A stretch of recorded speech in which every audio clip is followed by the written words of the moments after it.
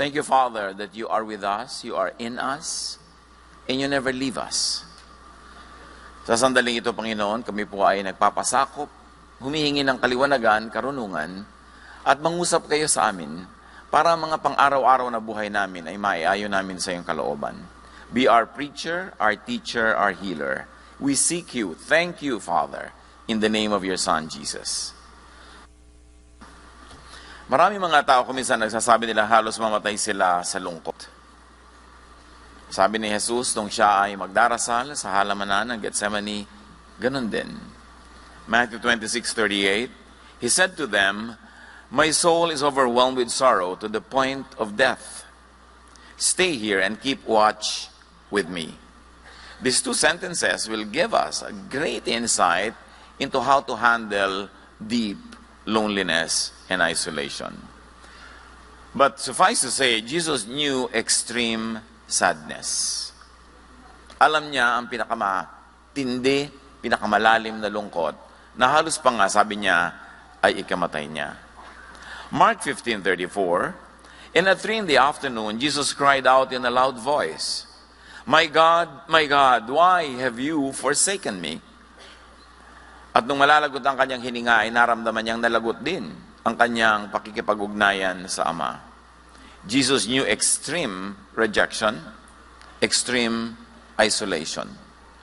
Mga problema natin mga tao, ang ating isolation, rejection, and loneliness, dinaanan na lahat ni Jesus yun. At kaya na tayo, gusto niya tayong tulungan. Jesus understands and can help those who are burdened with isolation and loneliness. At maaaring yun ay tayo o mga taong mahal sa atin sa buhay o pareho. Loneliness is a silent epidemic. Naglalaban na ng maraming mga bansa sa number 1 position sa dami ng nagpapakamatay taon-taon. Suicide is on the rise. And even in our happy nation and among our happy people, it is becoming a situation. Knowing and understanding loneliness could help much. Our own loneliness and that of people who are close to us. But loneliness is a subjective, personal, private experience. No one can be truly be sad for you. Only you can be happy for you and can be sad for you. May nakikiramay lang, nakikihati, nakikitulong, pero ikaw lang talagang makababatid at makalulutas ng iyong sariling kalungkutan. Proverbs 14:10, Each heart knows its own bitterness, and no one else can share its joy. So wala talagang tunay na pwedeng humati sa iyong lungkot at saya, kailangang ikaw ang gumawa ng paraan tungkol dyan. Kanya-kanyang puso, kanya-kanyang dala. But of course, we people around can help one another how to ease the burden and how to make the burden lighter. Loneliness is a reality among many people. It's only a matter of time before people would be lonely. So understand loneliness. Among the many phenomena in our lives, it's one that should be understood well because it's one that keeps coming back. It's one that is very threatening or even very presently real. But loneliness, according to many studies and our very personal experience tells us that it is mainly caused by separation. Physical separation from people who matter, mental, emotional, and spiritual separation. Kaya kung minsan may kasama ka pero malungkot ka rin kasi magkalayo ang loob nyo. Meron naman, iisa ang loob nyo pero magkalayo ang katawan nyo kaya malungkot pa rin. Maraming formula ng ending malungkot ka.